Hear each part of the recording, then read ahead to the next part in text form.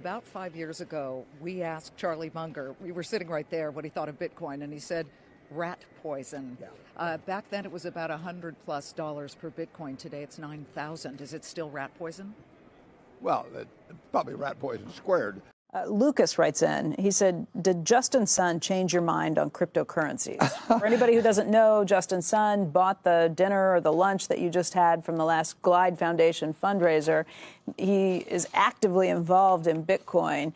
After that meeting, his PR people put out some notes saying that, you know, you kind of listened to cryptocurrency and maybe you're a little more in tune with the idea of Bitcoin now. Well, I would say this. When Justin and 4 friends came, they behaved perfectly, and we had a good 3.5-hour dinner, and the whole thing was a very friendly exchange of ideas. But cryptocurrencies basically have no value, and they don't produce anything. So you can look at your little ledger item for the next 20 years, and it says you've got X of this cryptocurrency or that. It doesn't reproduce. It doesn't deliver. It can't mail you a check. It can't do anything. And what you hope is that somebody else comes along and pays you more money for it later on. But then that person's got the problem. But in terms of value, zero. So it sounds like he did not change your position. No, but I didn't change his either. And I had a very pleasant dinner, and those people they behaved more than well.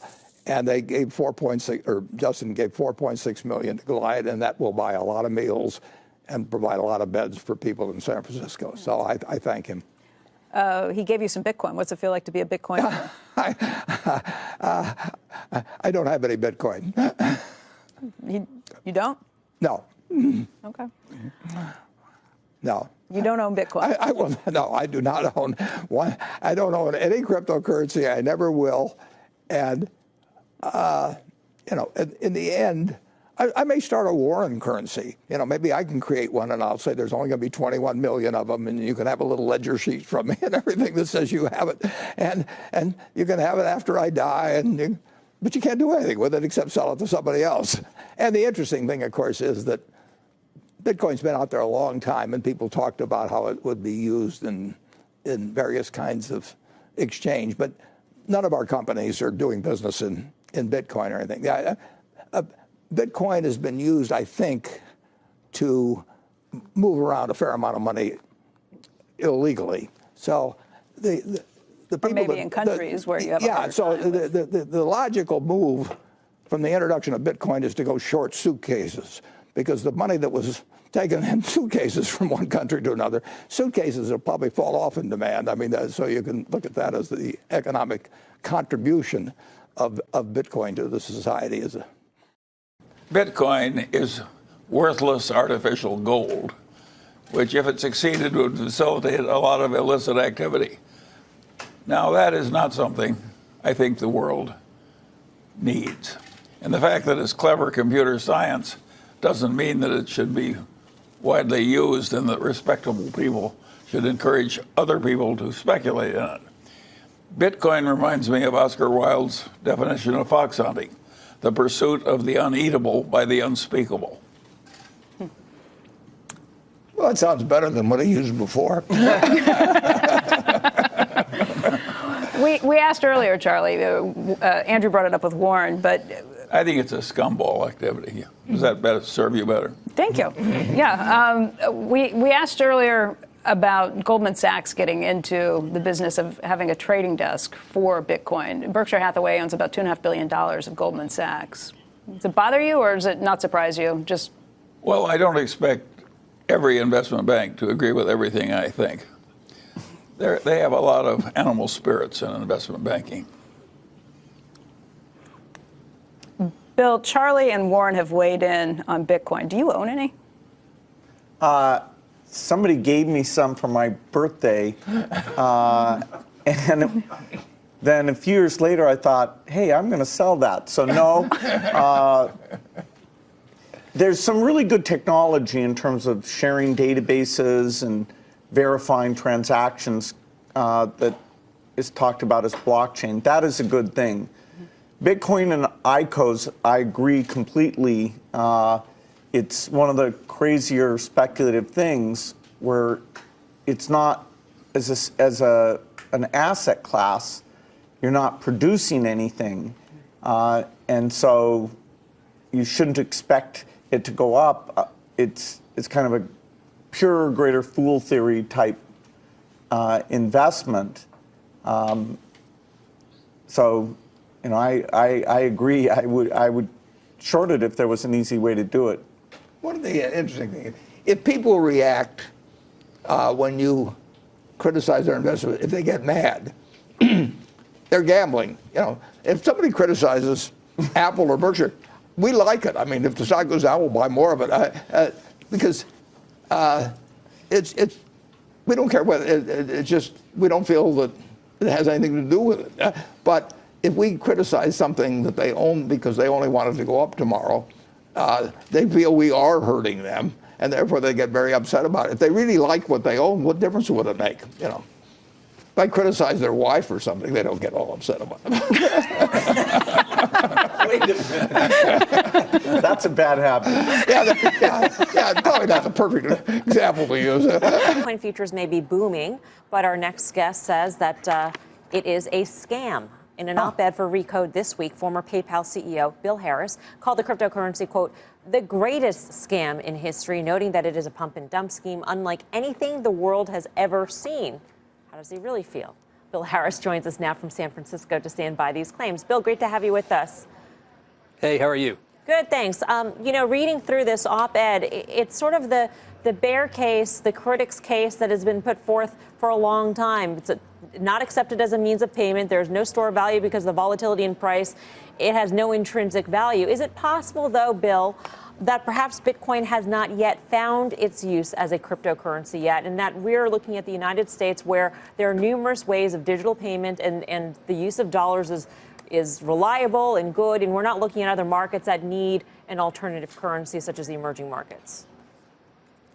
Well, sure, but even in emerging markets, might as well use dollars, euros, or existing currencies if the local currency is subject to hyperinflation. You are out there in Silicon Valley, and you probably hear a lot of the venture capitalists expound on the virtues of Bitcoin and blockchain, et cetera. Is there anything about this that you think is not a scam, or do you think that everybody's just sort of drinking the Kool-Aid? Well, yeah, so there's a lot that's not a scam, but yes, everyone's drinking the Kool-Aid. I think, just a couple of days ago, somebody relatively prominent said Bitcoin is bigger than the internet, bigger than the Industrial Revolution. Was that Tim Draper? Well, I didn't want to mention his name, but yes. Okay.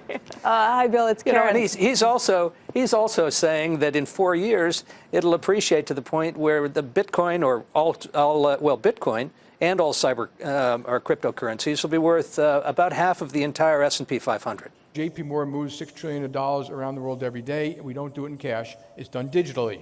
If it can be done digitally with the blockchain, so be it. But it'll still be a dollar cryptocurrency. What I have an issue with is a non-fiat cryptocurrency. Dollar, so crypto, sterling, euro, yen, they're all fine. I don't personally understand the value of something that has no actual value. You all can do whatever you want, and I don't care. Okay? All right. That sounds definitive. Bitcoin hit a new high today. I could care less what Bitcoin trades for, how it trades, why it trades, who trades it. If you're stupid enough to buy it, you'll pay the price for it one day. I've also told people that it can trade at $100,000 before it trades to zero. So tulip bulbs traded for $75,000 once, something like that. The only value of a Bitcoin is what the other guy will pay for it. And I think, honestly, I think there's a good chance that Bitcoin, a lot of the buyers out there are up there jazzing it up every day so that maybe you'll buy it too and take them out. And I quite mean that, by the way.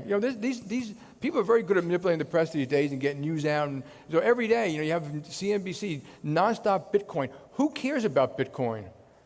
I mean, the world's economy is so big. We move, JP Morgan alone, these companies, $6 trillion. We move all this money. And Bitcoin in total is, all these currencies are $50 billion, maybe $1 billion trades a day. And the other thing I've always made of Bitcoin, governments, and this is not a technological statement, governments are going to crush it one day. Governments like to know where the money is, who has it, and what you're doing with it. And in case you haven't noticed, okay? And governments like to control their currency. like to control their own economy. So China's already put curbs on it. Japan, they say Japan accepted Bitcoin. No, they didn't. What I gathered Japan did was they call it J coin. It's a yen cryptocurrency. It's not a non-fiat. And there's a big difference. People have said legitimately, okay, it's close to gold. Not really. Gold is limited and has been around a long time, and it's close to a fiat currency. Not really. A fiat currency is where the government says, this is your legal tender. You have to give it and accept it. And there's a central bank. Now, of course, they can misuse it, the central bank, and inflate it. So there is a use case for Bitcoin. If you live in Venezuela, North Korea, or if you're a criminal, great product. I mean that. It's better than cash or deposits in that country, Cuba,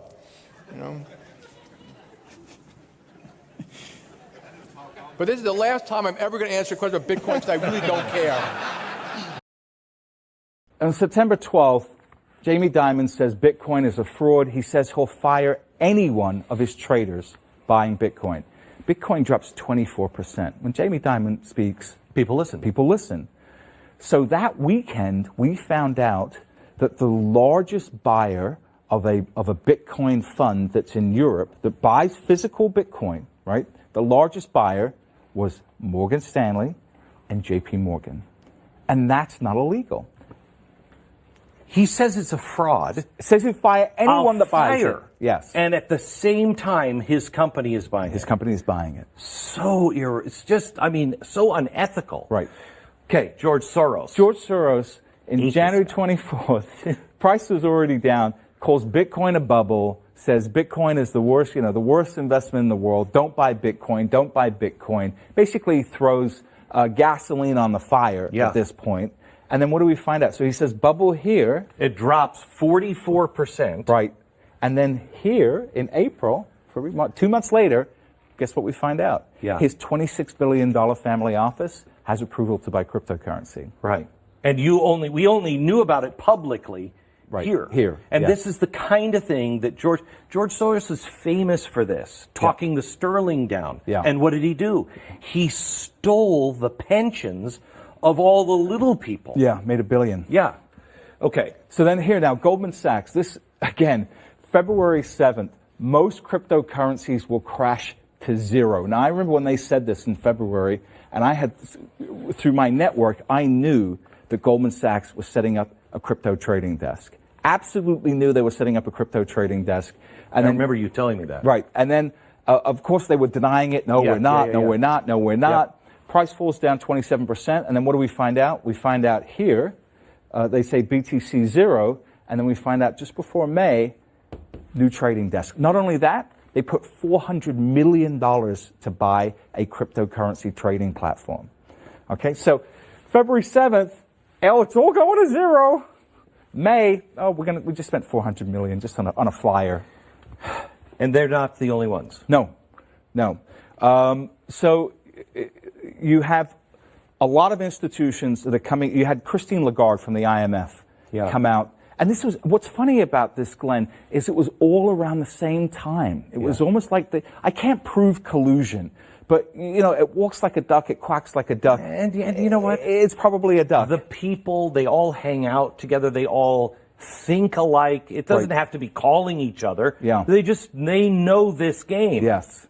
So IMF, Christine Lagarde says in the first part of the year, says all central banks should band together against cryptocurrency. Right. Have you ever heard her say all banks should band together against illegal arms? No. Or illegal drugs? No. Or human trafficking? No. But this nascent asset class, we must all join arms against. What this did was play into people's heads that these guys are never going to let Bitcoin survive. Right. And so people thought, this is over. Selling. Yeah. So let me show you, can we show a chart of the 5 crashes? This is from, I think... Last year, right? Last year, yeah. Okay? Do we have that chart of the 5 crashes of Bitcoin? Right. It was 30%. Right. I think 4 of them were 30% and 1 was 40%. And this is, here it is. Explain this chart. Those are Amazon crashes. So these are Amazon. Do you have Bitcoin? Yeah, we need the Bitcoin chart. We are All right, so they'll come up find it. later. Okay. Yeah. So what I want to talk about now is one of the key lessons I learned from being involved in the market so long is rather than listening to what people are saying, look at what they are doing. Correct. So this is what we should look at, and this is what I want people to focus on now. Billionaire hedge fund manager Stephen Cohen, who's worth between $12 to $14 billion, by far the smartest hedge fund manager in the world, I would say of the last century, is buying Bitcoin. $6,800, buying Bitcoin. Mark Lazary, Avenue Capital Group, worth about $1.7 billion, has put 1% of his net worth into Bitcoin at around this price, $7,500. Andreessen Horowitz. Mark Andreessen. That's right, Mark Andreessen. An early investor in Airbnb, Skype, Facebook, just launched and Coinbase, just launched a $300 million fund. Wellington Capital, they have $1 trillion in assets, are starting to get involved in Bitcoin futures. Susquehanna, the 12th largest trading firm by volume, they now have their own Bitcoin custody department, their own trading department, and they're trading Bitcoin and Ethereum.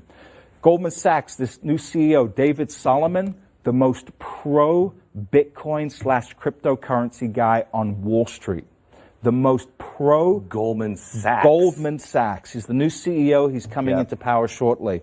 BlackRock, this announcement just came out, the world's biggest asset manager. Now, last year, Larry Fink says, oh, you know what cryptocurrency and Bitcoin's good for? Yeah. Money laundering and drug dealers. Right. Right? So again, if you look at what he's saying, you're going to sell your Bitcoin, right? Yeah. You're going to say, oh, this is all BS. But guess what is happening now? They're going to launch an ETF. They're looking at an exchange-traded fund that will allow anybody with a brokerage firm to make it as easy as hitting a buy button to go out and buy Bitcoin. So you've got to look at this preponderance of evidence, right? All these people are already wealthy. All these people care about their reputation. If Bitcoin is such a trashy asset, why are all these people getting involved? Welcome to the Crypto Teacher, guys. You know I put out a video to make you think. So hopefully you enjoyed the video. Guys, we do not listen to billionaires. We follow the money. Enjoy your day.